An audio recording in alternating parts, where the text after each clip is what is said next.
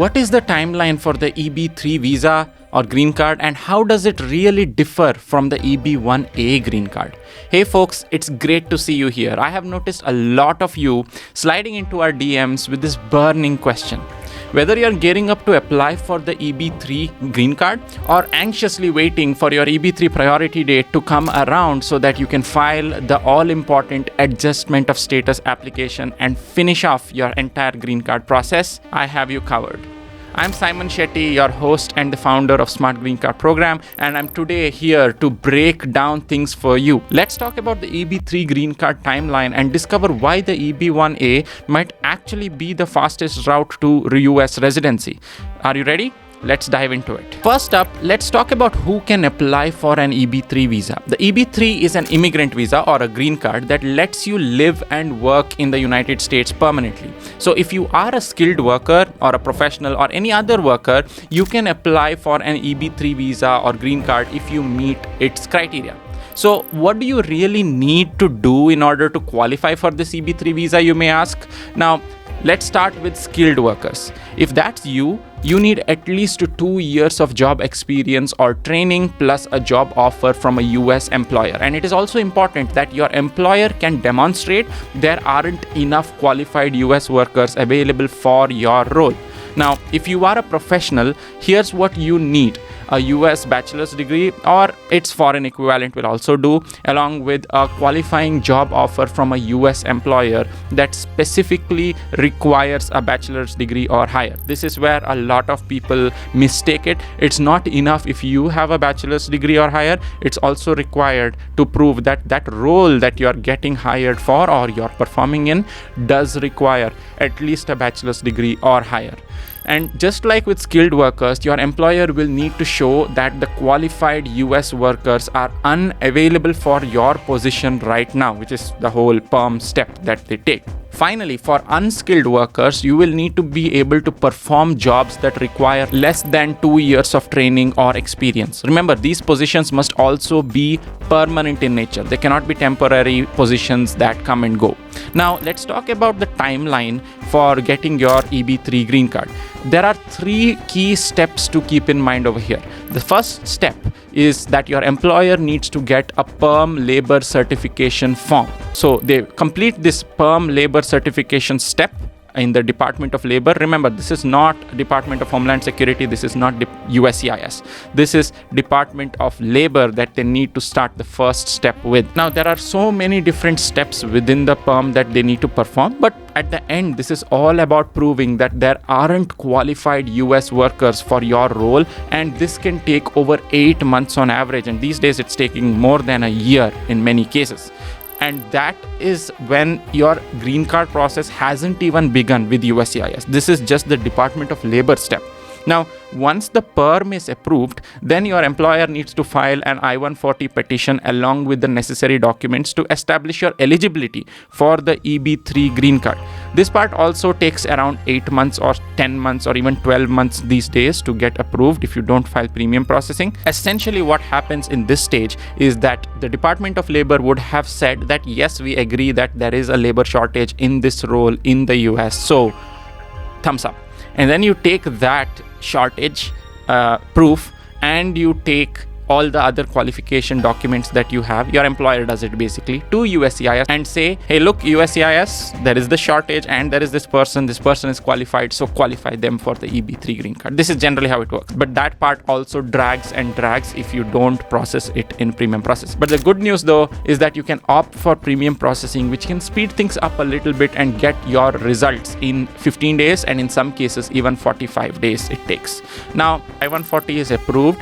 You can apply for the I-485, which is basically your final step towards getting that EB3 Green Card. Now, just remember, you can only submit your I-485 application when your priority date is available in the monthly visa bulletin, and that is where the catch comes in. Your priority date is simply the day your employer files your PERM application. As of the latest visa bulletin of November 2024, there's a pretty hefty backlog for Indian applicants in the EB3 category. A think tank called Cato Cato Institute even estimates that there are about 1.1 million Indians in the EB2 and EB3 categories waiting. For new EB3 applicants from India, it could nearly take 134 years to get that green card. And that's pretty disheartening, isn't it? Now let's switch gears a little bit and talk about how the EB3 process differs from that EB1A process.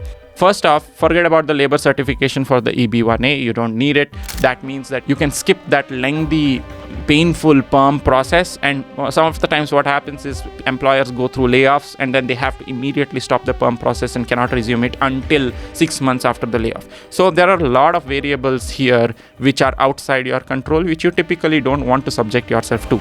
The second thing is one of the coolest things about the EB1A, and that is that you can apply for your green card without needing an employer sponsorship.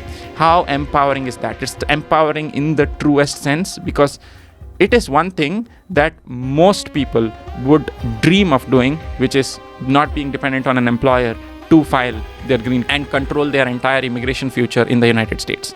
The third thing is, do not fall for the misconception that PhD is required to qualify for the EB1A. Many of our smart green card clients are industry professionals. Most of them do not have any research background, let alone a PhD, yet they still qualify by showcasing their industry expertise. EB1A says that you need to be extraordinary. You need to be extraordinary in your field, and that is the extraordinary ability that you need to prove. No PhDs or patents or citations really are necessary. If you do have it, you can use it, but it is not a necessary condition for you to get started on the EB1A green card journey. Now, why is the EB1A a fastest path to US permanent residency? If you are from India, for example, the EB1A visa or green card is your fastest ticket, obviously, to US permanent residency, and I'll tell you why. According to the latest November visa bulletin of 2024, the EB1A category has a wait time of just 2 years. And yes, these 2 years are not for everybody. The 2 years can be much lesser if you have a priority date from the past as well. So if you have been stuck waiting for your EB3 priority date of a couple years ago, let's say, to become current, reconsider pursuing the EB1A green card. Once, if you qualify, you can even reuse your EB3 priority date towards your EB1A I-485 application. So if you are looking to fast track your green card journey, the EB1A is definitely a great option. And if you are unsure still, if you meet the steps, and if you are unsure about steps to meet the EB1A requirements, you definitely are not alone. That is where our VIP plan comes in. We provide personalized assistance to help you build a compelling EB1A profile that highlights your expertise. Our goal is to help you meet at least 6 EB1A criteria, not the regular 3 that USCIS asks. So most of the profiles meet at least 5 or 6, and that is where we believe in legitimately building your profile from the work that you have already done in the past.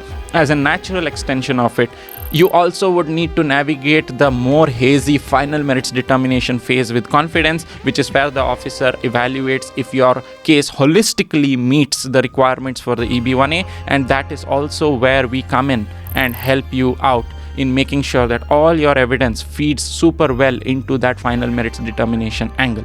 Are you curious about how our VIP plan works? Well, so far we have helped over 80 people from diverse backgrounds, multiple different backgrounds, achieve their EB1A approval, and we have a 100% eventual success rate. Are you still feeling conflicted about going for the EB1A green card?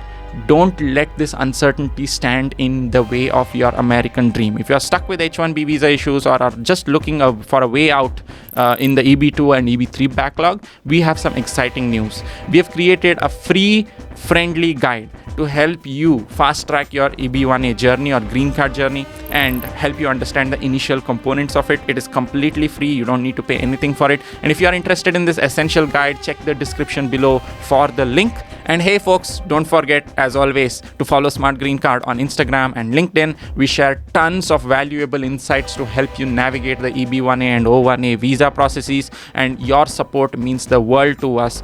So please help us reach more people in their journey to achieving the American dream. And if there are any topics you would like to cover in the next video, we genuinely love hearing from you. Stay tuned for daily insights on navigating the EB1A journey, and don't forget to subscribe to our channel for all the guidance you need to achieve your EB1A goals. Thanks for tuning in, and until next time, this is Saiman Shetty signing off. Peace.